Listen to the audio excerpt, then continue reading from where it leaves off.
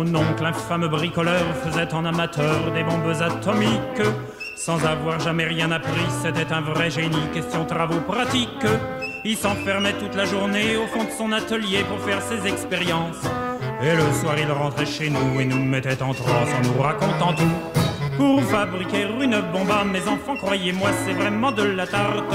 La question du détonateur se résout en un quart d'heure, c'est de celle qu'on écarte. En ce qui concerne la bombage, c'est pas beaucoup plus vache, mais une chose me tourmente, c'est que celle de ma fabrication n'ont qu'un rayon d'action de 3,50 m. Il y a quelque chose qui cloche là-dedans, j'y retourne immédiatement.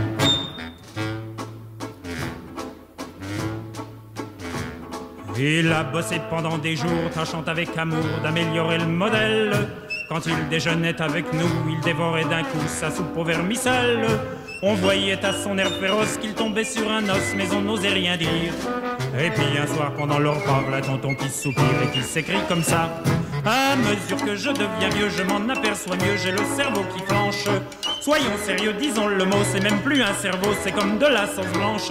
Voilà des mois et des années que j'essaye d'augmenter la portée de ma bombe. Et je ne me suis pas rendu compte que la seule chose qui compte, c'est l'endroit où qu'elle tombe. Il y a quelque chose qui cloche là-dedans, j'y retourne immédiatement.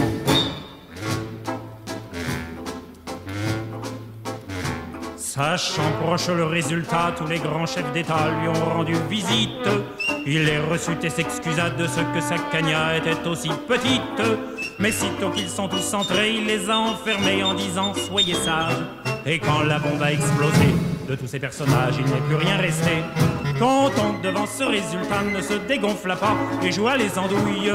Au tribunal, on l'a traîné et devant les jurés, le voilà qui bafouille. Messieurs, c'est un hasard affreux, mais je jure devant Dieu, qu'en mon âme et conscience, en détruisant tous ces tordus, je suis bien convaincu d'avoir servi la France. On était dans l'embarras, alors on le condamna et puis on l'amnistia. Et le pays reconnaissant l'élut immédiatement chef du gouvernement.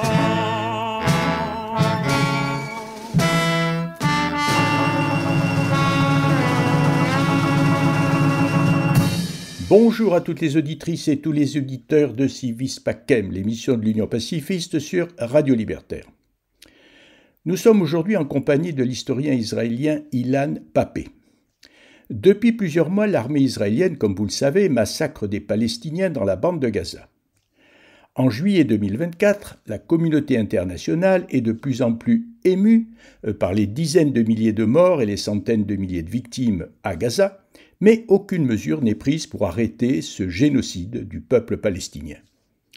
Le livre de l'historien Ilan Pappé, qui s'intitule « Le nettoyage ethnique de la Palestine » et qui a été publié en français en 2006, vient d'être réédité et il est tout à fait d'actualité, d'autant plus si l'on veut comprendre les véritables intentions du gouvernement israélien.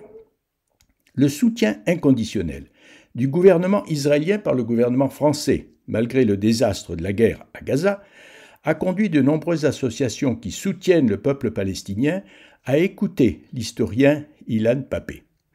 Ces propos ont été repris par très peu de grands médias français, mais plusieurs chaînes audiovisuelles présentes sur le net ont organisé des rencontres avec Ilan Pappé pour parler de son livre justement intitulé « Le nettoyage ethnique de la Palestine » et pour connaître aussi son point de vue sur l'actualité. J'ai choisi de vous faire entendre, pour commencer, un entretien que des journalistes de la chaîne Parole d'honneur ont conduit en juin 2024 avec Ilan Pappé. Nous les écoutons. Donc Ilan Pappé, vous êtes un historien israélien, l'un des plus reconnus parmi ce qu'on appelle les nouveaux historiens israéliens. Vous avez été enseignant à Haïfa et vous êtes aujourd'hui professeur en Angleterre à l'université d'Exeter et vous êtes directeur du Centre européen pour les études palestiniennes. Vous êtes aussi évidemment partisan de la lutte de libération du peuple palestinien et surtout, vous êtes l'auteur de nombreux ouvrages sur l'État d'Israël et le sionisme, dont la guerre en 1948 en Palestine, les démons de la Nakba, les 10 légendes structurantes d'Israël et aussi le nettoyage ethnique de la Palestine, parmi d'autres évidemment. Pour commencer, j'aimerais bien qu'on revienne un petit peu sur cette réédition aux éditions La Fabrique de l'ouvrage dont il est question, aujourd'hui. Ce qui est intéressant, c'est que l'arrêt de la commercialisation chez les éditions Fayard, chez lesquelles vous étiez édité, est intervenu au moment où l'ouvrage fonctionnait bien, il recommençait à se vendre, notamment au regard de l'actualité à Gaza. Et ça a beaucoup fait parler en France. Donc nous, on s'est beaucoup interrogé sur ça et on était très heureux de voir qu'il a été réédité aux éditions La Fabrique, où il se vend également vraiment très très bien. Il est top 10 des ventes, on me le disait tout à l'heure. Moi, ma question, c'est est-ce que vous avez eu d'autres expériences similaires à l'international? Est-ce que vous avez été surpris de ce qui s'est passé en France et comment vous expliqueriez ce regain d'intérêt pour l'ouvrage? Tout d'abord, merci beaucoup d'être tous ici. Désolé pour ceux qui doivent rester debout, mais j'espère que cela en vaudra la peine. Même si vous êtes debout, et merci à la Fabrique d'avoir le courage de publier le livre. Étonnamment, je n'ai pas vécu une telle expérience ailleurs dans le monde, où le livre a été traduit de l'anglais vers une langue étrangère. Le seul cas peut-être similaire est en Israël, où, dont la France ressemble de plus en plus à Israël, où aujourd'hui, où c'était très difficile de trouver un éditeur, mais ce n'est pas l'éditeur qui a décidé de ne plus le publier. Et pourquoi y a-t-il un regain d'intérêt pour le livre?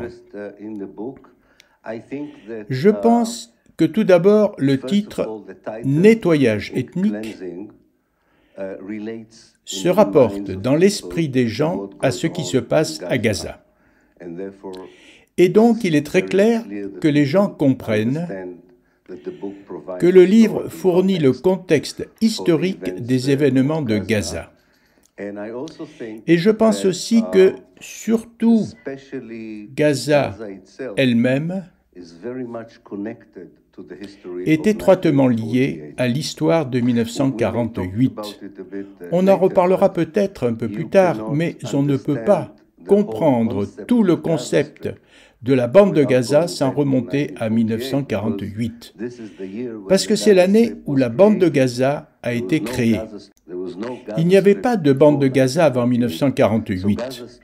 Donc la bande de Gaza, l'idée de gens vivant dans une bande comme celle-ci, dans de telles conditions, c'est issu de 1948 ou de la Nakba, la catastrophe de 1948. Pour que le public situe un peu plus où est-ce que vous vous situez, donc on a dit que vous étiez un historien israélien qui s'inscrivait dans le courant des nouveaux historiens israéliens, et pour que vous sachiez un petit peu, en fait, c'est un courant qui a émergé dans les années 1980, où des acteurs, des témoins, des journalistes et surtout des historiens israéliens ont remis en question plusieurs des fondements sur lesquels s'était édifié l'État d'Israël, ébranlant le discours dominant. Et ce courant, il est souvent présenté comme se démarquant par sa rivalisation critique de l'histoire de la création de l'État d'Israël et évidemment du sionisme. Et ce qui est intéressant, c'est que vous, notamment, vous le rappelez dans l'ouvrage par rapport au nettoyage ethnique, vous dites que le rôle que vous avez joué, globalement, en tant que groupe, a été de contredire la thèse selon laquelle les Palestiniens étaient partis d'eux-mêmes de Palestine. Pourtant, assez rapidement dans l'ouvrage, vous développez aussi les limites de ce courant-là, et vous déclarez notamment « Mais nous, les nouveaux historiens, nous n'avons jamais beaucoup contribué à la lutte contre la négation de la Nakba. Nous avons marginalisé la question du nettoyage ethnique pour nous concentrer sur des détails. » Et moi, ma question, parce que vous en parlez aussi dans le livre, c'est pourquoi est-ce que pendant longtemps, peut-être, est-ce qu'on n'a pas cru ou entendu les Palestiniens ou les historiens palestiniens qui avaient écrit sur la Nakba et sur le nettoyage ethnique? Et comment est-ce que cette historiographie autour du nettoyage ethnique a pu évoluer, voilà, à travers ce courant-là, notamment? Bien, pour commencer, les historiens palestiniens n'ont pas été écoutés ou ont été muselés, parce que cela faisait partie de l'attitude générale dans le monde universitaire occidental. L'islam, le monde arabe, ce que Edward Said appelait l'orientalisme, l'on n'a pas pris au sérieux les connaissances produites par la population venant du monde arabe. Dans le cas des historiens palestiniens, il y avait un obstacle supplémentaire pour qu'ils puissent se faire entendre. Et c'était qu'on peut appeler ça le lobby sioniste, et plus tard le lobby israélien, qui voulait contrôler le récit sur l'histoire de la Palestine. Et ont fait tout ce qu'ils pouvaient pour s'assurer que seul leur récit serait entendu, en particulier dans l'Occident, et pendant de nombreuses années, ils ont réussi à le faire. La dernière chose, avant de parler de comment cela s'est développé, est que le monde universitaire occidental, en particulier, désire ou demande en fait un certain type de sources historiques, sources validées, un chapitre de l'histoire, dans ce cas des documents d'archives, et les historiens palestiniens n'avaient aucun accès à ces archives. Et c'était très frustrant pour les historiens palestiniens de voir les gens accepter réellement leurs revendications seulement après qu'ils aient été étayés par des historiens israéliens, appelés les nouveaux historiens. Si vous voulez, les historiens israéliens ont cachérisé le récit palestinien. C'est frustrant si je peux ajouter deux phrases, car parfois, si un crime est commis et que vous n'entendez que la victime, les gens ne croient pas la victime. Mais si le criminel admet son crime, alors cela devient un fait. La critique que j'ai eue sur les autres nouveaux historiens est double. La première est que, et moi aussi, moi-même dans mes travaux antérieurs, n'avais pas relié le nettoyage ethnique de 1948 à l'idéologie sioniste.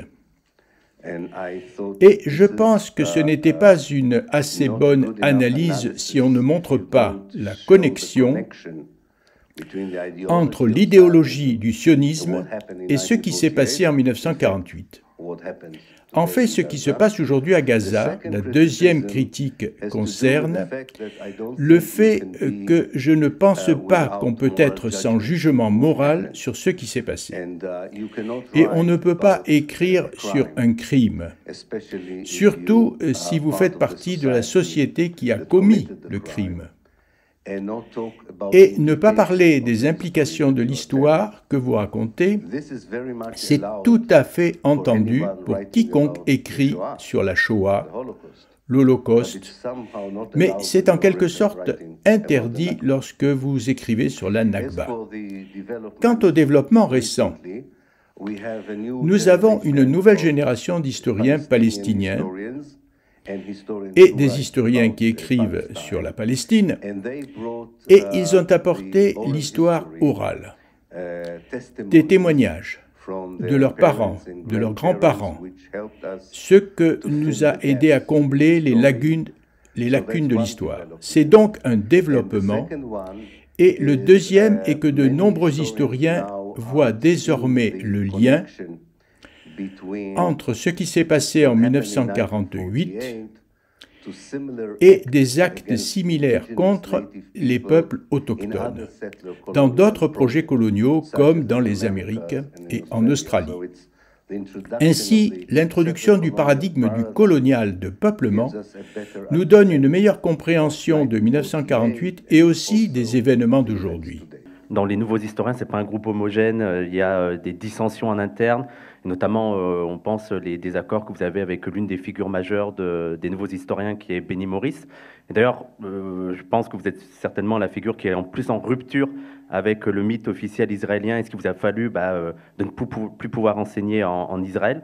Donc il y avait ça comme remarque et ça me pose la question, est-ce que maintenant c'est possible aujourd'hui en Israël de faire des recherches un peu plus objectives sur l'histoire d'Israël, et est-ce qu'il existerait des nouveaux historiens, c'est-à-dire des jeunes générations qui viennent un peu bouleverser des figures majeures comme Maurice et tout ça? J'ai 70 ans et j'espère que quand j'arriverai à 80 ans, on ne me posera plus la question sur Béni. Pas besoin de traduire, je pense. Mais c'est une bonne question. C'est une bonne question. Oui, j'ai certainement pas vraiment de désaccord avec Maurice.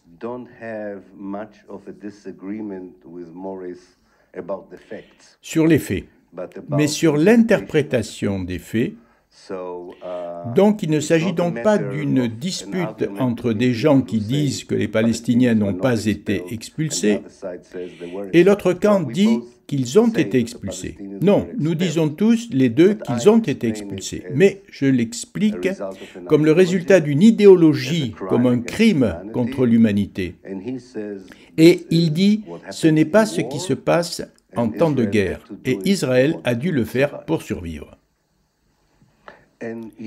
Et oui, aussi pour aller plus loin, je l'ai fait, vous met en une confrontation, vous met dans une confrontation beaucoup plus directe. Et à cause de cela, j'ai été expulsé de mon université de Haïfa. Non seulement parce que j'ai parlé de nettoyage ethnique, mais parce que j'ai défié la validité morale et justification de l'ensemble du projet sioniste. Et c'est trop pour le monde universitaire là-bas.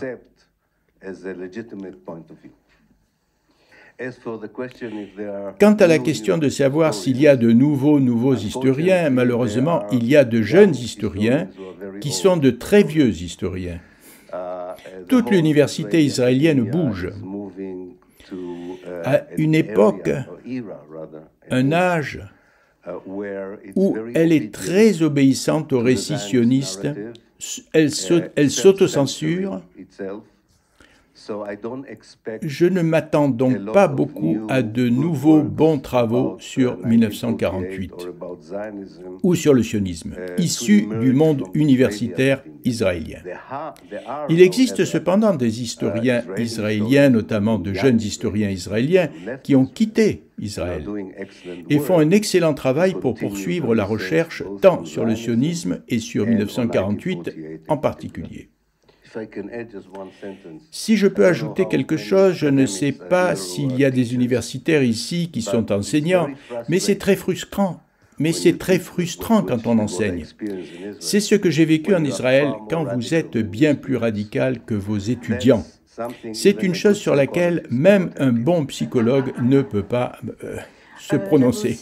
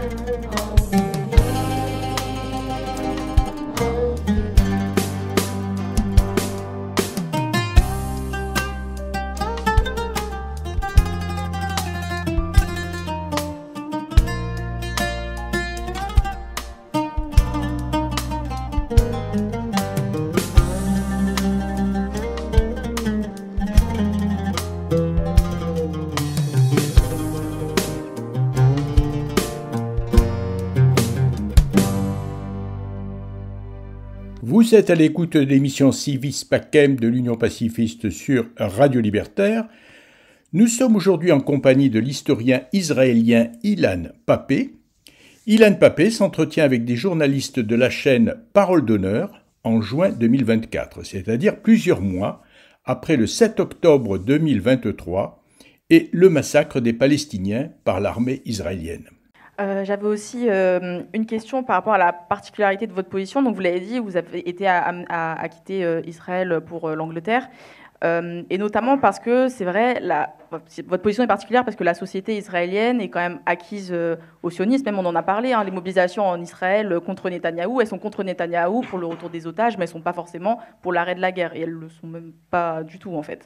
Donc ça, c'est intéressant. Et donc, vous êtes minoritaire. Les intellectuels comme vous sont minoritaires, et même les personnalités comme vous sont minoritaires en Israël.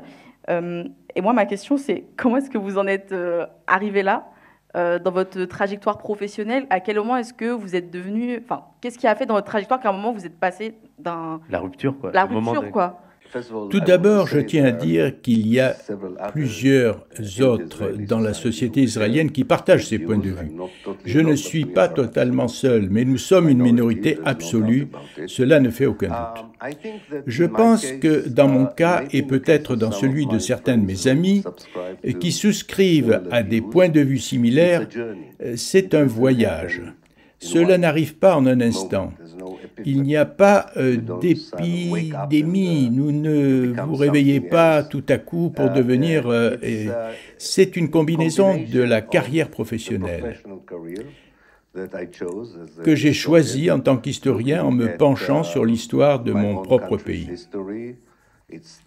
C'est l'année de formation de 1948 et en regardant à travers les archives et en voyant des choses qui contredisaient le récit que je connaissais avec lequel j'ai grandi et une certaine constitution morale, une certaine vision du monde avec lequel vous pouvez mieux vous développer lorsque vous êtes à l'extérieur du pays que dans la société. Alors, le fait de faire le doctorat, la thèse sur 1948 en dehors d'Israël, m'a aidé. Le fait que j'ai fait pendant l'invasion d'Israël du Liban en 1982 et aussi a été aussi un facteur très important en comprenant que la guerre peut être déclenchée par Israël. C'est pas toujours une autodéfense légitime comme ils le prétendent. Et bien sûr, vous rencontrez, je termine sur cela, vous rencontrez en dehors d'Israël des Palestiniens sur un pied différent. Et j'ai rencontré beaucoup de collègues et d'universitaires palestiniens dans un environnement différent, où nous étions plus égaux, et cela a aussi contribué à façonner ma vision du monde. Mais comme je l'ai dit, cela a pris du temps. Cela n'arrive pas en un jour, c'est un long voyage. On va parler un peu plus du livre, donc Nettoyage ethnique en Palestine. Alors c'est un livre assez dense, qui est très fouillé, très détaillé, où il y a beaucoup de pages, où vous montrez la destruction de certains villages, vous montrez les exactions qui ont été commises, ce qui a été détruit, les terres volées. Moi, ce qui m'a particulièrement marqué en lisant ce livre, c'est que ça traite de 48, mais en fait, en réalité, quand on lit, on voit que c'est totalement d'actualité. Et pas seulement avec les événements récents, c'est d'actualité dans le sens où, dans ce nettoyage ethnique, il y a des choses, des événements qui hantent Israël, mais il y a aussi des logiques idéologiques qui traversent encore l'État d'Israël. Et donc, c'est encore plus d'actualité maintenant avec le massacre en cours. Et moi, j'avais une question pour commencer. Je sais que ce que vous appelez nettoyage ethnique, c'est ce que les Palestiniens appellent la Nakba. Et il y a un discours palestinien qui parle même de Nakba perpétuelle. Est-ce que là, avec ce qui se passe, on pourrait parler d'une nouvelle Nakba ou alors d'une Nakba perpétuelle, mais avec une intensité plus grave? Pour commencer, je pense que c'est vrai que le type de politique et de méthode qu'Israël utilisait en 1948 et la logique derrière ces actions se répète aujourd'hui. Je vais donner juste deux exemples. L'un est la perception de tout l'espace civil dans lequel les Palestiniens vivent, que ce soit dans un village, un quartier. Ils sont perçus ou regardés comme des bases militaires ou des bases ennemies. Et par conséquent, ce n'est pas un endroit où des femmes, des enfants, des vieillards, des non-combattants vivent. C'est tout le village, le quartier entier, qui est un territoire ennemi qui doit être détruit. C'était très clair dans les ordres donnés par l'armée israélienne à ses troupes en 1948. Et cela se répète maintenant. Dans les ordres de l'armée israélienne donne aux troupes à Gaza, le deuxième exemple, c'est la réaction internationale.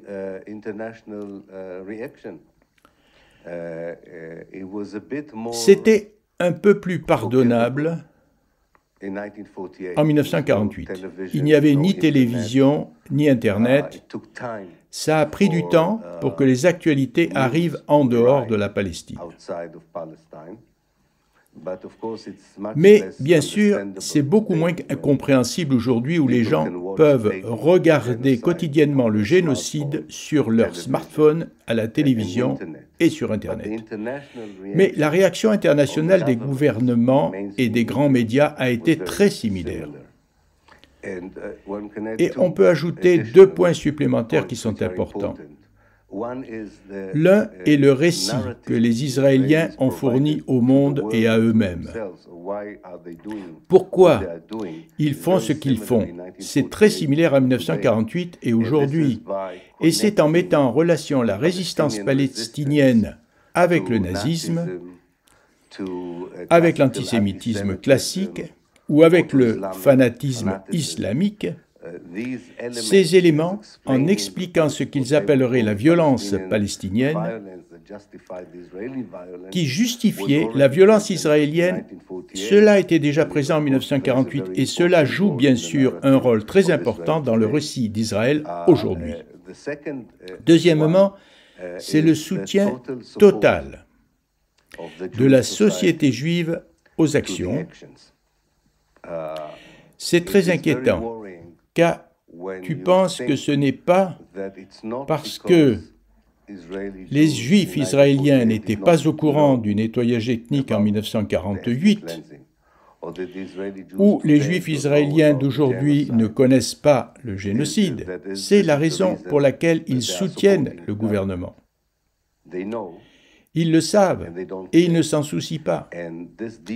Et cette déshumanisation est très typique des mouvements coloniaux de peuplement et la manière dont ils voient les peuples autochtones.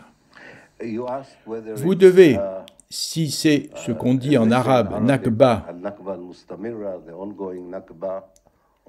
la Nakba continue. Ou est-ce que c'est une situation très différente? Chapitre dans les actions israéliennes contre les Palestiniens. Je pense que cela fait partie d'un processus continu. Parce que, comme le colonialisme de peuplement, les actions de la communauté des colons contre les autochtones sont ce que nous appelons dans l'histoire une structure. C'est une structure. Nous entendons par cela que la même idéologie, le motif des actions contre les Palestiniens, la nature de l'action change selon les circonstances historiques et le niveau de résistance palestinienne à ces actions, l'attitude de la région, l'attitude du monde, mais ceci est un autre chapitre. J'ajouterai que malheureusement, dans le cas de Gaza, et je crains qu'à l'avenir, dans le cas de la Cisjordanie, le nettoyage ethnique ne fait apparemment pas son travail en ce qui concerne Israël. Le travail qu'il était censé faire, c'était d'avoir autant de la Palestine que possible avec le moins de Palestiniens possible. Mais de le faire avec le nettoyage ethnique, ça ne suffit pas. Et c'est pourquoi je pense qu'Israël utilise désormais le génocide comme moyen d'atteindre le principal objectif du mouvement. D'avoir autant de la Palestine que possible avec le moins de Palestiniens afin qu'Israël puisse se créer un État juif viable et sûr, et la légitimité du génocide dans le discours israélien actuel.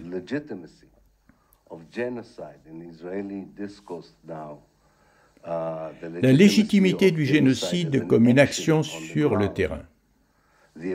La capacité d'Israël à dire aux gens, en France, de ne pas utiliser le mot génocide est très inquiétant compte tenu du fait que c'est actuellement la principale tactique israélienne. Moi, ce que j'ai beaucoup aimé dans l'ouvrage, c'est la façon dont vous démontrez, vous faites une démonstration de la planification du nettoyage ethnique, c'est-à-dire c'est pas arrivé comme ça en 48 ou beaucoup plus tard. Voilà. En fait, c'est vraiment une construction, un projet qui a été planifié. Et dans le détail, hein, on voit les pages où il raconte par exemple les dossiers qui sont réalisés sur les villages palestiniens. Ils sont très transparents. Très transparents, voilà, sur le fichage des Palestiniens pour savoir où sont les résistants palestiniens, dans quelle famille, qui a participé à telle révolte de 36, etc. Et donc ça, j'ai trouvé ça très intéressant. Et vous dites, vous affirmez dans l'ouvrage, le paradigme du nettoyage ethnique doit remplacer celui de la guerre. Et ça, je trouve ça très intéressant parce que le paradigme de la guerre, moi je le comprends comme ça, c'est celui qui est sioniste, c'est celui qui dit, voilà, tout ce qui nous arrive, toutes les guerres qu'on mène, c'est seulement parce qu'on nous attaque. C'est toujours la faute des Arabes, c'est eux qui nous envahissent, par exemple, en 46, après le plan de partage, ils disent, voilà, il y a eu l'invasion arabe qui sort de nulle part. Alors que non, il y a le plan de partage, ensuite il y a les révoltes, il y a les révoltes, et il y a un début d'exode avec 75 000 Palestiniens qui s'en vont. Et donc vous vous dites là, il faut renverser le truc et dire, on n'est pas dans un paradigme de la guerre, mais on est dans un paradigme de nettoyage ethnique, où donc il y a une explication en fait sociologique, académique, qui permet de dire, bah en fait il y a une construction sociale qui fait dans l'autre camp aussi, on prépare la guerre en fait. Et moi je veux savoir pourquoi est-ce que la formule de nettoyage ethnique vous l'avez choisie. Qu'est-ce qui vous permet de comprendre à l'histoire de la Palestine, notamment parce que c'est une catégorie juridique aussi, nettoyage ethnique, pourquoi pas une autre? Le terme que les gens utilisaient jusqu'à ce que j'écrive ce livre, c'était la Nakba, la catastrophe. Et l'inquiétude principale que j'avais sur ce terme, même si je le respecte, est que les Palestiniens le vivent. Le problème, c'est qu'une catastrophe peut être une catastrophe naturelle. On n'a pas de responsable dans une catastrophe. On a seulement des victimes. Et je pensais que cela n'expliquait pas assez bien non seulement ce qui s'est passé, mais aussi ce qui peut arriver. Et donc, je cherchais un terme qui expliquait quel était le motif principal du mouvement sioniste derrière les actions qu'ils ont entreprises en 1948. Le grand penseur du colonialisme de peuplement, Patrick Wolf, regretté penseur, il disait que quand les colons, comme les Juifs venus en Palestine, des colons, qui sont venus d'Amérique en Australie étaient généralement eux-mêmes des réfugiés, victimes eux-mêmes de persécutions, il y avait des gens dont l'Europe ne voulait pas. Et ils voulaient créer une nouvelle Europe ailleurs, mais ils ont choisi des endroits où il n'y avait pas de population, et la rencontre entre ces exilés d'Europe et les autochtones locaux, à ses yeux, a créé ce qu'ils appellent la logique de l'élimination de l'indigène. Et j'étais très conscient de cette idée. Et je pensais que l'élimination n'est pas toujours synonyme de génocide, tel qu'on l'a vu par exemple en Amérique du Nord. Il existe peut-être d'autres moyens par lesquels de tels mouvements de colons se débarrassent de la population locale. Et le nettoyage ethnique, quand j'ai regardé les définitions de l'État, même celles du département d'État de l'USA, que j'apporte dans le livre et aux Nations Unies, ou celles des penseurs, à ce qui s'est passé en Palestine depuis le début de la planification de l'opération jusqu'aux toutes dernières étapes par lesquelles l'entité menant le nettoyage ethnique tente d'effacer la mémoire de ceux qui ont été les ethniquement nettoyés ou expulsés. Je veux juste ajouter l'une des autres raisons ou l'autre raison pour laquelle j'utilise le terme nettoyage ethnique, que la langue utilisée en 1948 par les généraux israéliens qui ont planifié les opérations contre les Palestiniens inclut dans de nombreux cas, le mot « nettoyer » en hébreu. Il parlait de nettoyer. Le mot, pour ceux qui connaissent l'hébreu, c'est « haleher », nettoyer. Le village, pour nettoyer la ville. Et certaines des opérations qui ont donné un nom de code pour chacune attaque contre les villes ou les villages, et certains des noms de code contenaient le mot nettoyage, non nettoyage ethnique bien sûr, ce n'est pas le mot mais nettoyage. Et il était très clair que ce n'était pas une coïncidence. Ce n'est pas un ordinateur qui a choisi ces mots. Ce sont les gens qui étaient derrière les opérations qui utilisent ces idées. عليك القلب حزين وهذه سنين تدمع العين يا حبيبة يا فلسطين يا وين العرب نايمين يا زينة البلدان قومي ربي يحميك من ظلم الخوى العديان والصهيون اللي طمعين فيه. Je suis comme toi, je pense tenir sur une branche. J'enchaîne nuit blanche après nuit blanche. Fauché par la stupeur, je regarde des images qui fendent le cœur. Glissent leurs piètres mensonges, impuissants face à l'une des plus grandes injustices de siècle.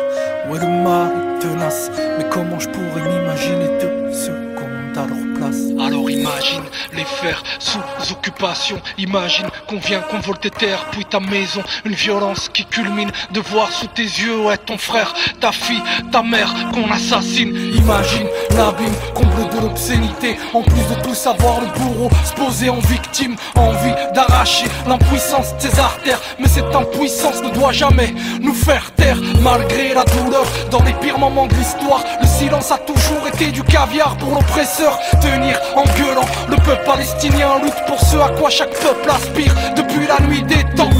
Ni oubli, ni pardon, tout au long de l'histoire on a mémoire, on sait ce qu'ont valu les colons. Leurs valeurs mortifères, leur cortège de misère. Ils t'humilient, te traitent d'animaux dans ta propre terre.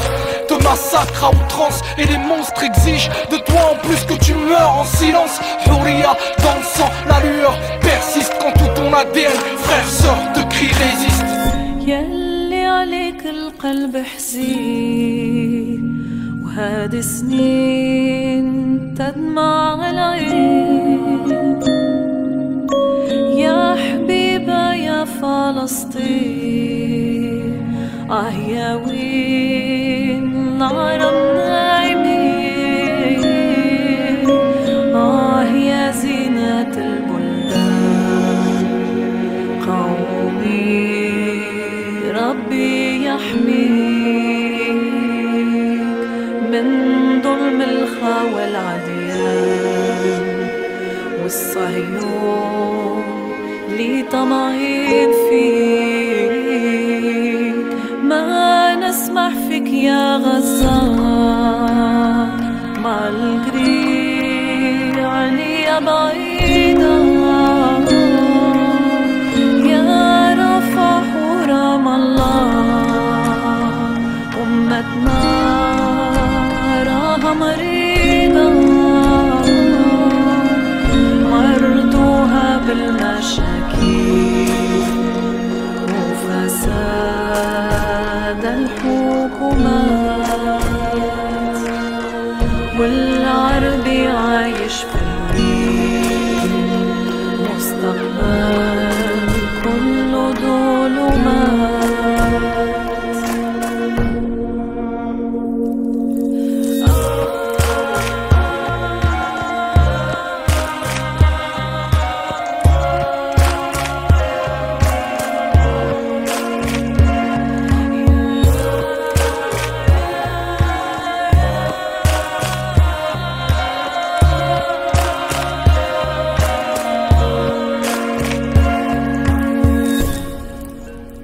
Vous êtes à l'écoute de l'émission Civis Pacem de l'Union pacifiste sur Radio Libertaire. Nous sommes aujourd'hui en compagnie de l'historien israélien Ilan Pappé. Ilan Pappé s'entretient avec des journalistes de la chaîne Parole d'honneur en juin 2024, c'est-à-dire plusieurs mois après le 7 octobre 2023 et le massacre des Palestiniens par l'armée israélienne. Ce qu'on remarque dans le livre, c'est que ce n'est pas un incident de l'histoire, ce n'est pas quelque chose que en fait, Israël aurait voulu éviter de faire, mais qu'ils ont été contraints de faire à cause des menaces extérieures, mais qu'en fait, ça découle de l'idéologie sioniste, qui a une vision ethnique en fait, des populations. Et d'ailleurs, c'est assez marrant, entre guillemets, de voir que toutes les démocraties soutiennent un pays qui a vraiment une conception ethnique de ce qu'elle est, de son identité. Et justement, voilà, on voit que ce qui hante vraiment les dirigeants sionistes, c'est la question démographique.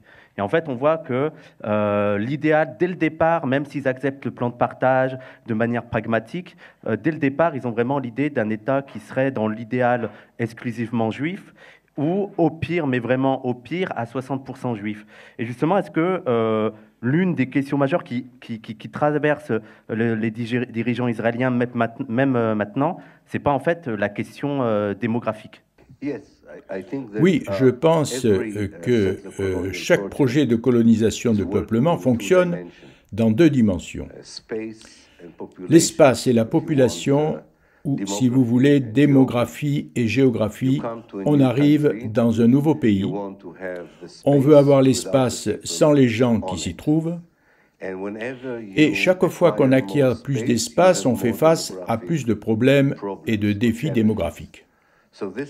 C'est pour ça qu'il y a l'obsession de ce qui est si particulier au sionisme et qui n'est pas typique des autres mouvements coloniaux, c'est que, ironiquement, ils étaient tellement obsédés par le nombre de Palestiniens qui seraient non seulement en Palestine, mais sous leur propre domination, parce qu'ils voulaient construire un État juif démocratique. Et si vous voulez une démocratie juive qui avait besoin d'une démocratie juive, et il était très clair que même dans le cadre du plan de partage évoqué, si des Palestiniens n'avaient pas été expulsés de force de Palestine, quoi que soient les frontières d'Israël dans les premières élections en Israël, les Juifs n'auraient pas été majoritaires. Alors que le bien de la démocratie, se sont-ils expliqués, nous devons expulser les Palestiniens. C'est un peu comme les bombardements des États-Unis et de la Grande-Bretagne en Irak, pour en faire une démocratie. Mais justement, pour rebondir sur ça, il y a aussi une figure qui traverse tout le livre, c'est Ben Gourion. Alors, ça repose beaucoup sur son journal, et donc c'est l'un des acteurs majeurs de ces nettoyages ethniques. Il faut reconnaître à Ben Gourion qu'il a il est extrêmement pragmatique, il est très stratégique, il est très froid, il sait comment remplir les objectifs. Et il y a quelque chose que je trouve très intéressant, c'est l'idée de moment opportun. C'est-à-dire que c'est là qu'on voit les décisions d'Israël, par exemple, d'accepter, de faire comme s'ils acceptaient la partition, mais de profiter d'un moment pour procéder à ce qu'ils avaient en tête, c'est-à-dire le nettoyage ethnique. Et on voit ça tout le long d'Israël, ce côté vraiment pragmatique. Est-ce qu'on pourrait faire la même chose? Est-ce qu'on pourrait faire le même parallèle avec l'actualité? C'est-à-dire que il y a eu les attaques du 7 octobre. Israël a voulu se venger, mais en même temps, s'est dit que c'était le moment opportun pour remplir des objectifs de reconquête de territoire et on le voit, d'essayer de faire vider la population dans les autres États arabes. Tout d'abord, je me souviens qu'en 2010, j'avais écrit au maire de Paris. Ou peut-être que c'était l'un des maires de l'un des quartiers. Ils avaient donné le nom de Ben Gourion à une avenue, un boulevard. Et je lui ai écrit, c'était un homme, je m'en souviens, en lui disant qu'ils allaient donner le nom d'une rue à un criminel de guerre. Et peut-être qu'il devait réfléchir à 2 fois. En fait, il a répondu avec 10 pages sur l'histoire du sionisme et d'Israël qui remonte à l'Holocauste. Donc j'ai décidé de ne pas poursuivre la correspondance. Et je pense qu'il y a encore une rue Ben Gourion, vous pouvez voir. Alors j'ai échoué. Oui, je pense qu'il a été très intelligent en exploitant le moment historique. Aujourd'hui encore, c'est la même chose, mais un peu différent. Vous avez raison, le 7 octobre, aux yeux particulièrement du nouveau type de sionisme que nous avons, le sionisme messianique qui a gagné les élections en novembre 2022, celui qui a probablement le soutien de 60 à 65% des Juifs en Israël, pour eux, c'est un moment historique de pouvoir reprendre la Cisjordanie,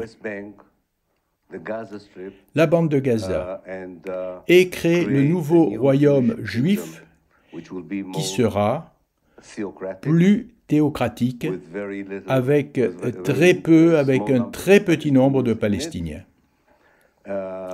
Et c'est ainsi qu'ils voient l'opportunité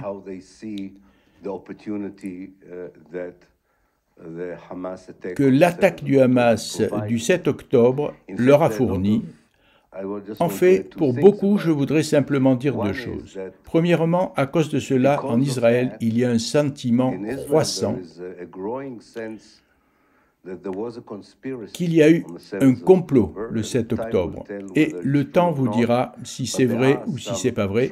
Mais il existe des indications troublantes qui sont possiblement vraies, au moins que l'armée n'est pas intervenue dans l'attaque du Hamas, même si elle a pu, afin de donner l'opportunité de faire ce qu'Israël a fait par la suite. Les questions très troublantes de savoir pourquoi l'armée ne faisait rien pendant 8 à 10 heures alors qu'elle était déjà là. Je ne dis pas, et c'est vrai, ni que c'est un mensonge, je dis que même les gens en Israël pensent que c'est utilisé comme une opportunité par ce genre particulier de sionisme messianique.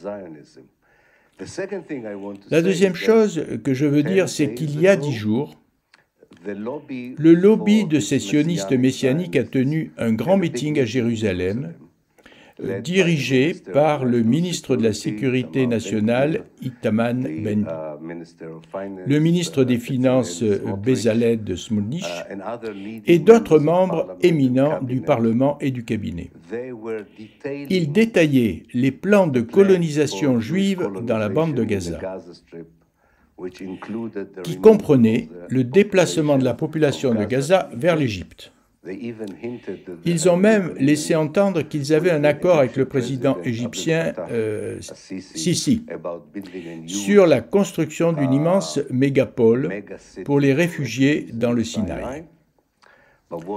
Mais ce qui est intéressant et troublant, c'est qu'ils disaient aussi qu'ils se préparaient à construire des colonies juives dans le sud du Liban. Parce qu'Israël va envahir le sud du Liban et repousser le Hezbollah au nord du fleuve Litani. Et pour eux, si le fleuve Litani est la frontière au nord, le fleuve Jourdain est la frontière à l'est, la mer à l'ouest et le Sinaï au sud. C'est plus ou moins la recréation du royaume biblique qu'ils veulent toujours construire. Et j'ajouterai que cela inclut aussi des idées sur comment remplacer la mosquée Al-Aqsa par la troisième temple de Jérusalem. Mais justement, ça me permet de rebondir sur ça, sur l'invasion du Sud-Liban. Ce qui amuse beaucoup dans le discours d'Israël, c'est que aujourd'hui, par exemple, on dit qu'Israël doit mener cette offensive, c'est le discours officiel, pour éviter sa destruction, parce qu'en fait, il y aurait une menace existentielle, alors que dans les faits, on assiste plutôt à la disparition de la Palestine et à la fortification de l'État d'Israël. Et ce qui est intéressant, c'est aussi pour faire un parallèle en 1948, c'est qu'on voit qu'il y avait aussi le même discours qui était donné Et même, je pense que beaucoup, dans l'imaginaire commun, quand on parle de la Palestine, on a aussi cette impression-là que, en fait, il y avait une offensive arabe extrêmement forte à l'époque, et que, voilà, à la guerre comme à la guerre, Israël a dû se défendre. Mais en fait, vous montrez que, un peu comme maintenant, à l'époque, c'était pas du tout le cas, que il n'y avait pas vraiment de coalition arabe forte, et que même certains États arabes ont joué double jeu. Je pense que c'est un peu différent. Nous devrions faire la différence entre le fait qu'Israël prétend que le génocide est un acte d'autodéfense, que ce n'est pas un acte d'autodéfense, c'est un génocide. D'un autre côté, je pense que la façon dont Israël agit constitue un danger existentiel pour Israël. Il se met maintenant dans une position qui rendrait très difficile à l'avenir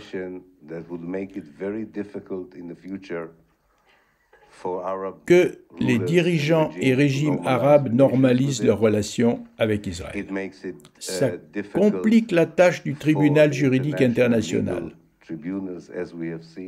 comme nous l'avons vu, de garder le silence sur ce qu'il fait. Donc, c'est très difficile pour les communautés juives du monde entier de le soutenir. Et on voit que la jeune génération juive, notamment aux États-Unis, critique maintenant Israël, prend ses distances avec Israël, et ça restreint vraiment avec Israël, ou réduit l'alliance qui donne à Israël son pouvoir d'exister. Et ce n'est qu'une partie des problèmes qu'a Israël. Il y a aussi des problèmes internes et des problèmes économiques. Je pense donc que l'action israélienne n'a pas pour but de survivre, mais ça contribue de manière significative à sa propre disparition. Je ne pense pas si les Israéliens s'en rendent compte ou non, et je ne dis pas qu'en tant qu'activiste, je le dis en tant qu'universitaire qui analyse Israël depuis de très nombreuses années. يا طالعين عين للجبل يا مول للموقدين النار بين لليمن يمن عين للهنا يا روح ما بدي منك لكم خلعة ولا لا بدي زنار بين لليمن يمن عين للهنا يا روح إلا غزال اللي ذي جوين محبوس بين اليمن يمن عين للهنا يا روح ما بدي منك لكم خلعة ولا لا بدي ملبوس بين اليمن يمن عين للهنا يا روح الحلم اللي كان رح يفتح باب الدكان بكرة منرجع زي زمان وتصيروا تيجوا عنا شعبنا جبار ما نسيوا مفتاح الدار كبروا أطفال الحجار وبحوا ريحة الحارة مشتاقة أرجع عند ترابك يا أقصانا أوصل بابك ونتلاقى نحضن أهلنا نطمن أطفالنا في بلاد السلام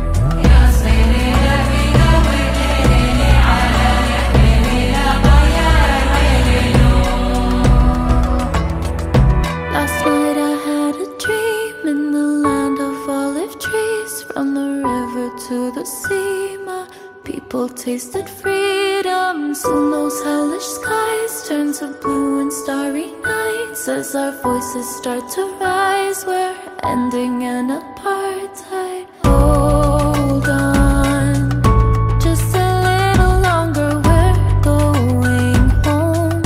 Just a little longer, hold on.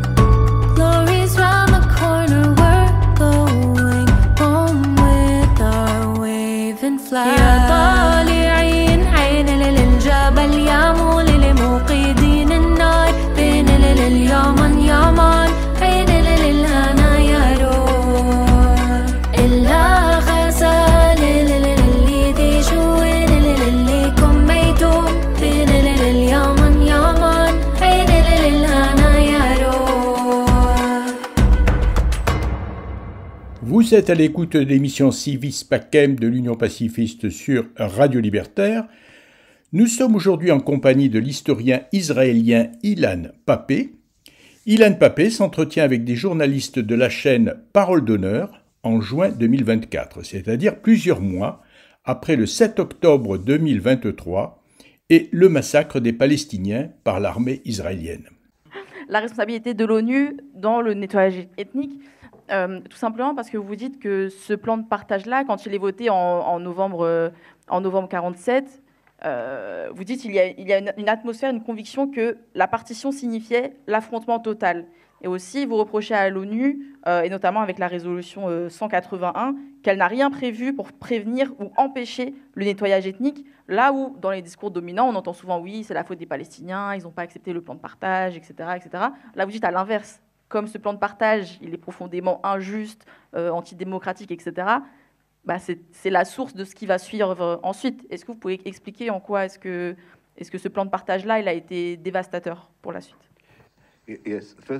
Oui, pour commencer, il est vrai que l'une des affirmations israéliennes les plus importantes, qui est même acceptée par certains amis de la Palestine, c'est que les Israéliens ont accepté le plan de partition et que les Palestiniens l'ont rejeté. Et c'est pour ça que le conflit, en quelque sorte, s'est poursuivi.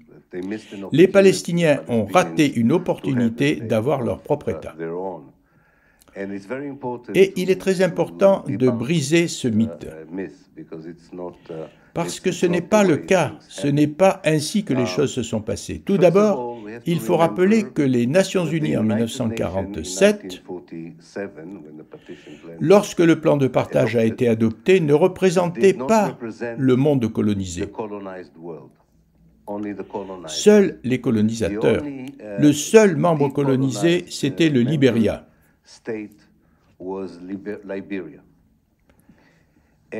Et par conséquent, c'était une ONU qui justifiait vraiment tout ce que le colonialisme britannique, anglo-français ou l'impérialisme occidental américain voulait voir se produire dans le monde. C'est donc une chose à retenir.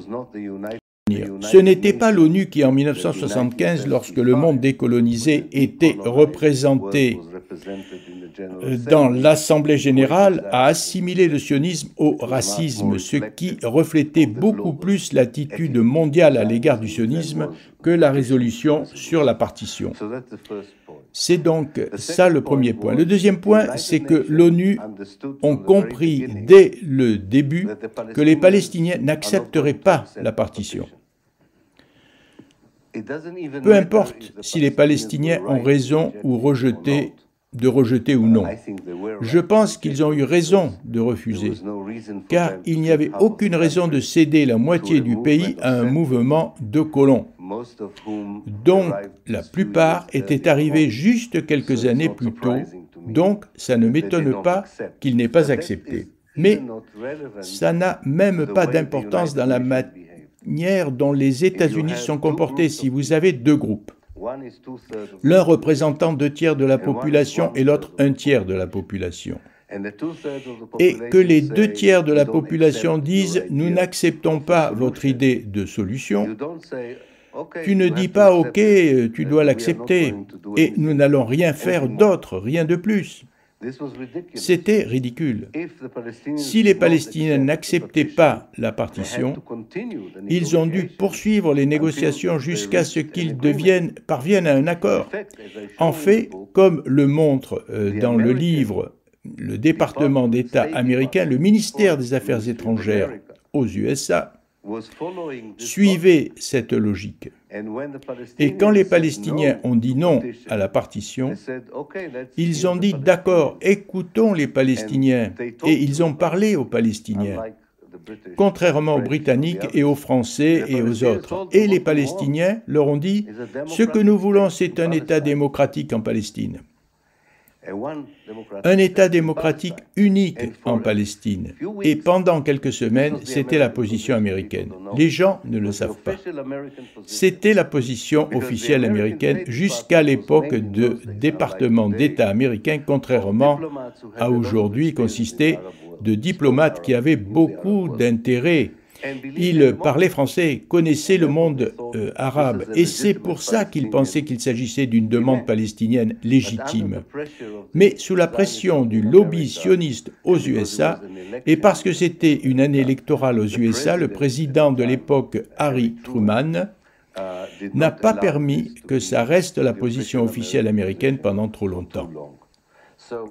Donc l'ONU, si je résume sa responsabilité, avait tout, avant tout, elle est responsable, donc l'ONU, pour ne pas suivre un programme de paix qui aurait été accepté par les deux côtés. Deuxièmement, dans son propre programme de paix, il a déclaré qu'elle serait responsable, en tant qu'organisation, elle serait responsable pour la vie, la propriété et la dignité du peuple de Palestine, quoi qu'il arrive. Et ils n'ont pas respecté leur engagement. C'est donc une organisation qui a servi les idées occidentales, qui a essayé de les imposer aux Palestiniens et n'a rien fait quand cette imposition s'est transformée en nettoyage ethnique. Vous montrez aussi qu'à l'époque, les États-Unis, pendant un temps très court, ils ont été plutôt favorables sur la question des réfugiés avant que ça change. Comme vous dites, il y a la question des élections, il y a la question du lobby sioniste qu'il y avait aux États-Unis. Il y avait aussi, on était en 48 et c'était 3 ans après la Shoah, donc il y avait une sorte de grande culpabilité qui faisait que autant les États comme les Britanniques avaient un peu du mal à réagir que même les instances internationales. Par contre, est-ce que ce qu'on voit aujourd'hui, c'est que 70 ans après, il y a toujours la même apathie. L'ONU condamne, mais il n'y a pas vraiment d'actions qui sont menées. Et on voit que les démocraties occidentales continuent à afficher, dans leur majorité, même s'il y a des exceptions, un soutien à Israël. Et que parfois, on peut ne pas comprendre parce qu'on se dit que ça peut aussi desservir tout le discours occidental qui se dit pro-démocratie, pro-liberté, du côté du droit international. Donc la question, est-ce que vous avez une explication de pourquoi ces États occidentaux continuent à maintenir un soutien à Israël malgré les horreurs qu'on voit tous? C'est une bonne question. Et je viens de terminer un livre intitulé « Le lobbying pour le sionisme des deux côtés de l'Atlantique ». Et c'est un livre très long car il a besoin d'une histoire très détaillée pour expliquer pourquoi ce genre d'exceptionnalisme et d'immunité est accordé par l'Occident à Israël. C'est quelque chose qui s'est développé historiquement. En Europe, il y a 150 ans. En Amérique, il y a 100 ans. Et parce que ça existe depuis si longtemps, tout d'abord, que c'est très efficace. Quand un lobby existe depuis très longtemps, son travail est plus simple. Ça veut dire que les hommes politiques français, allemands, les politiciens britanniques et américains savent exactement ce qui est attendu dans la politique envers Israël, même si le lobby ne fait pas directement pression sur eux. C'est donc la première chose à comprendre, c'est un projet très ancien. Deuxièmement, il est important de comprendre qui se cache derrière ce projet de lobbying, que j'essaie de montrer dans le livre. Un groupe important est le christianisme évangélique. Pas tous les chrétiens évangéliques, mais tous les chrétiens protestants. Mais un courant très important du christianisme protestant et évangélique a en réalité conçu le projet sioniste avant même qu'il ne devienne un projet juif. La raison peut être que certains d'entre vous connaissent qu'ils croient que ce qu'ils appellent le retour des Juifs en Palestine, qu'il ramènerait Jésus-Christ, la résurrection des morts et le début de la fin des temps. Alors, tout d'abord, il y a un groupe théologique de chrétiens qui, encore aujourd'hui et dès le milieu du XIXe siècle, croyaient en soutenant Israël, et pas seulement soutenir l'idée d'un État juif, mais rendre l'État juif viable était un impératif religieux. Comme nous le savons aux États-Unis, il ne s'agit pas d'un petit groupe, il s'agit d'un très grand groupe d'Américains qui y croient. Et il y a aussi des gens qui y croient en Suède, en Allemagne, et il y a des sionistes chrétiens partout. J'ai découvert récemment, même en Malaisie, parmi la communauté chrétienne chinoise, c'est donc un groupe puissant. Le deuxième groupe qui a soutenu le sionisme et qui a veillé à ce que les gouvernements occidentaux ne s'écartent pas d'une politique pro-sioniste puis pro-israélienne sont les dirigeants de la communauté juive occidentale. Maintenant, qu'est-ce qui est intéressant pour les dirigeants des communautés juives? Et je vais être un peu polémique, comme si j'avais fait dans le consensus toute ma vie. Les dirigeants de la communauté juive en France, en Grande-Bretagne, aux États-Unis, ne s'étaient jamais vus vivre en Palestine. Très tôt, avant l'Holocauste, mais même après l'Holocauste,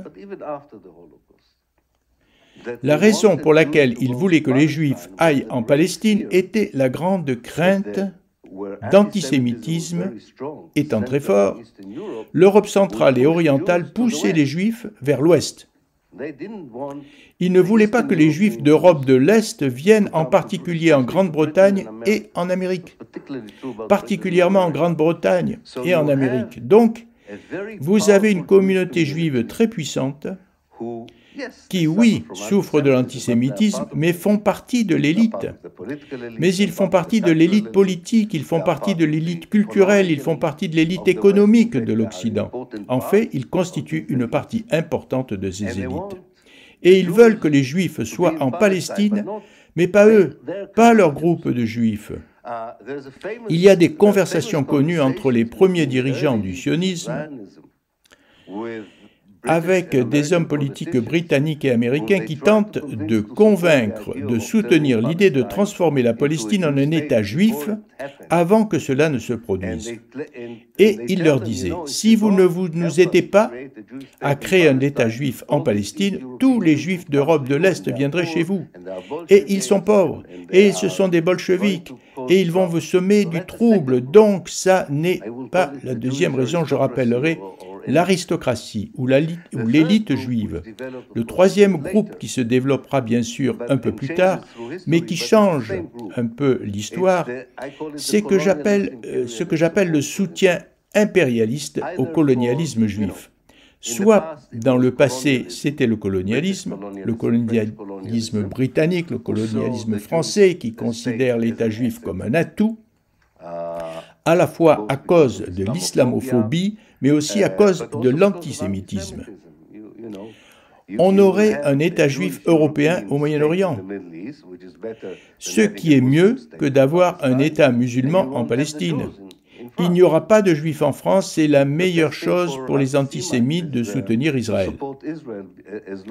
à condition que les juifs de France soient prêts à partir en Israël. Autrement, l'antisémitisme ne fonctionne pas.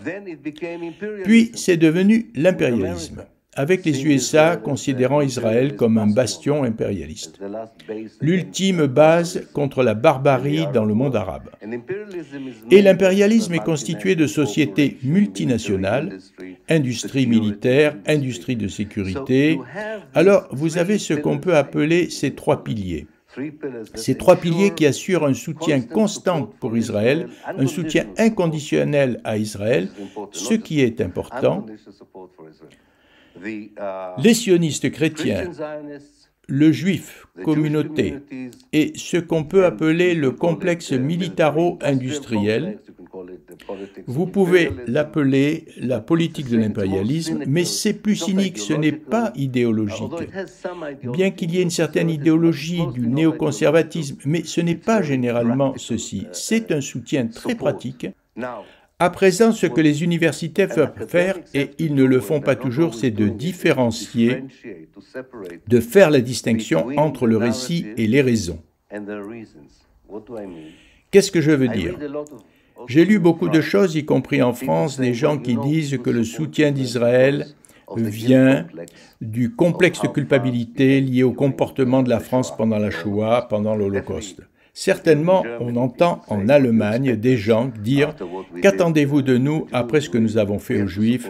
Nous devons soutenir Israël. » Mais ce n'est pas la raison, c'est ce que j'essaie de dire, c'est une justification.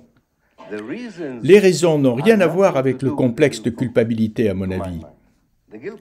Le complexe de culpabilité est instrumentalisé pour dire « Ne nous parlez pas d'Israël parce que nous sommes coupables de ce que nous avons fait. Vous devez comprendre, même si nous soutenons le meurtre d'enfants à Gaza, vous devez comprendre à cause de l'Holocauste, nous devons soutenir le meurtre de Juifs et d'enfants.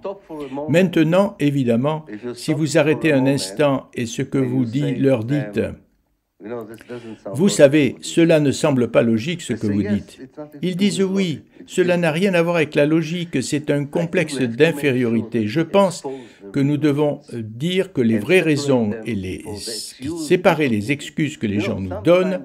Vous savez, parfois les individus expliquent leurs actions et ils croient avoir une véritable explication.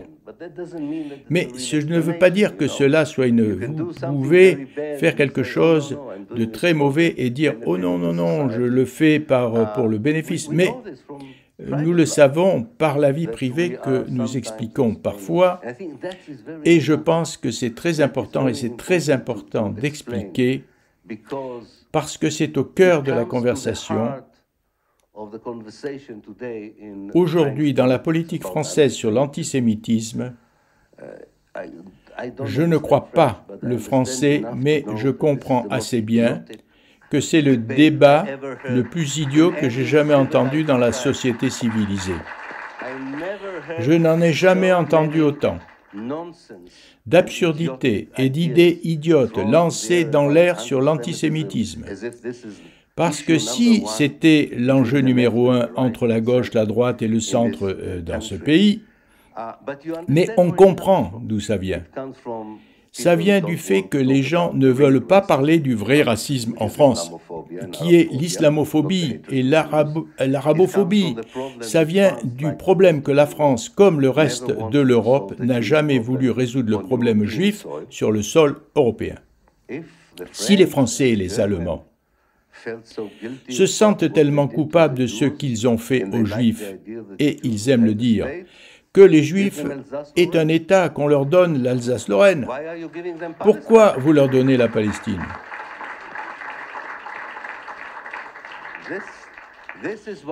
C'est pour ça qu'ils font ça. Ça n'a rien à voir avec l'antisémitisme.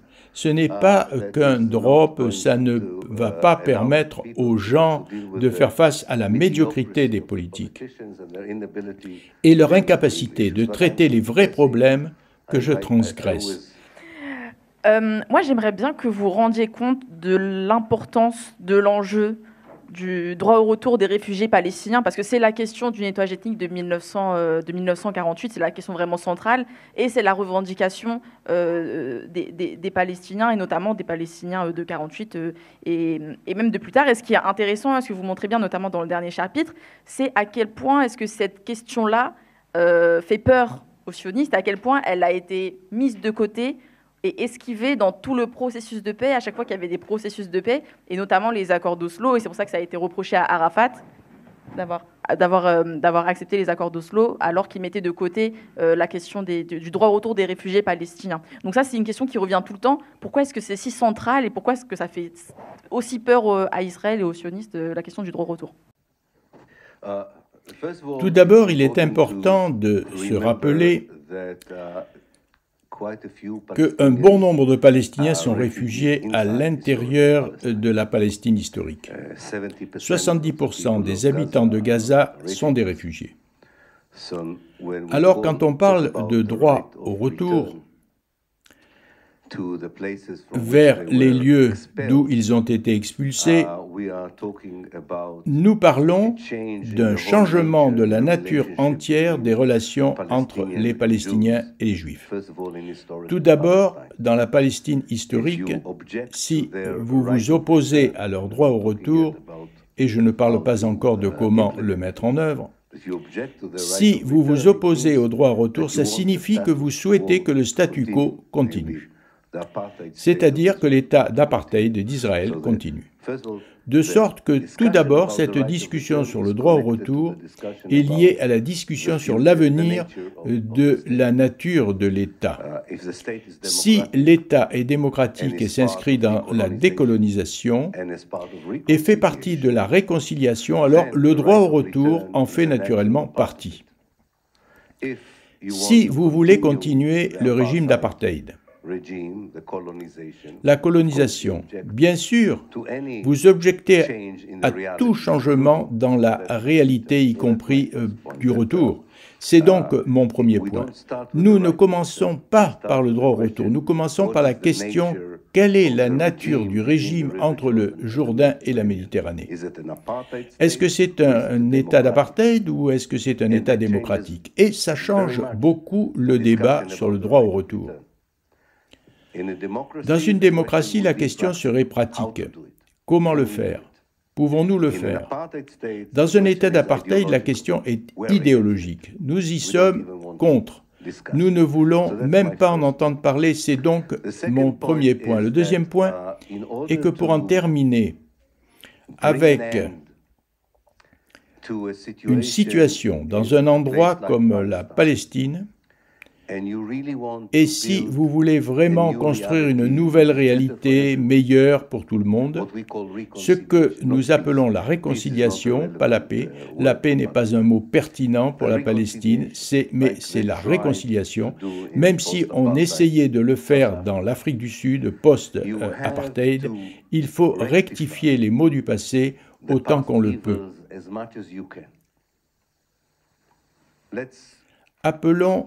Allons parler de l'Afrique du Sud.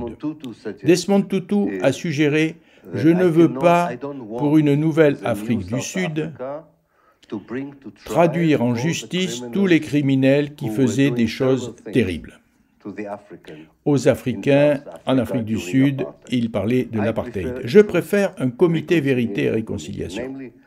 Autrement dit, je veux que ces gens admettent les torts qu'ils ont commis. Et que dans ce genre d'idéal catholique, chrétien, peut-être même évangélique, que je ne les aborderai pas, bonne ou mauvaise façon de procéder, c'est une approche différente de la réconciliation. Dans le cas d'Israël et de la Palestine, il faut mettre un terme à la situation et il faut admettre le nettoyage ethnique de 1948 et il faut trouver un moyen de corriger l'injustice qui a été faite aux Palestiniens. Et donc, en principe, vous devez accepter le droit au retour, afin de montrer que vous connaissez ce qui s'est passé et que vous savez qui est responsable de ce qui s'est passé. Et troisièmement, vous voulez réfléchir à la manière de le rendre plus juste. Maintenant, le droit international a beaucoup de procédures. pour permettre aux gens de revenir, sans violer les droits des personnes qui vivent déjà sur place. Ce n'est pas quelque chose qui n'a pas été envisagé ou discuté. Nous avons les principes de l'ONU sur la manière de mettre en œuvre le retour. Nous avons les études de cas sur le droit au retour dans de nombreux États. Les gens ont investi tellement de temps et d'énergie pour construire des machines de guerre. Ils peuvent investir 2 ans pour savoir comment réintégrer les réfugiés dans un pays. C'est possible. À partir du moment où tu n'es pas raciste, parce que si l'État d'Israël continue d'être un État juif raciste, ils ne veulent pas que les réfugiés palestiniens reviennent. Non parce qu'il n'y a pas de place, ou que ce n'est pas pratique, mais parce qu'ils ne veulent pas de Palestiniens. Ils sont occupés à expulser les Palestiniens, sans parler de permettre à d'autres Palestiniens de revenir. Donc je pense que c'est pour moi le problème central dans cette situation. C'est la question centrale du problème. Une Palestine ou une discussion sur la Palestine dans le monde qui commencerait par se demander comment permettre aux Palestiniens de revenir est le début d'une bonne conversation sur la Palestine. Et je le compare à la mauvaise conversation. La mauvaise conversation, c'est celle que nous avons eue pendant 56 ans, peut-être même depuis 1947, sur la solution à 2 États. La solution à 2 États n'était pas la bonne conversation. Malheureusement, soutenue également par des Palestiniens très importants. Mais la solution à 2 États était basée sur l'idée qu'un Israël apartheid raciste peut exister juste dans une partie de la Palestine. Bon, c'est l'idée de la solution à 2 États. Et ce n'est pas la bonne conversation. On a perdu 56 ans au moins. Vous savez, il y a un dicton juif. Nous cherchions la clé, là où il y avait de la lumière, et non là où nous l'avions perdue.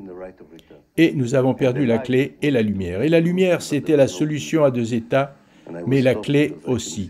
En terminant cette émission, je tiens à remercier l'équipe de la chaîne Parole d'honneur que vous pouvez retrouver sur Internet.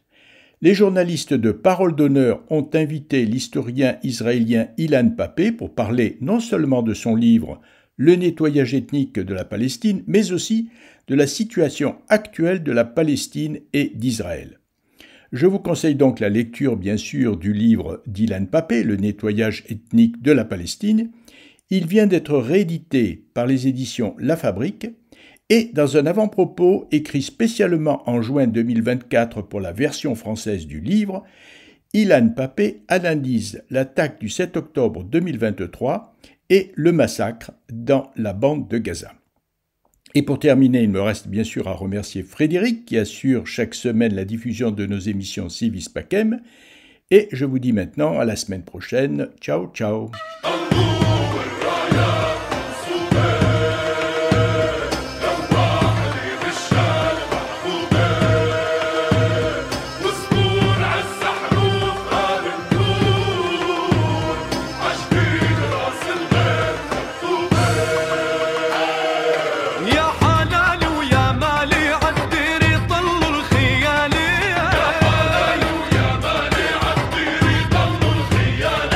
مين اللي طلب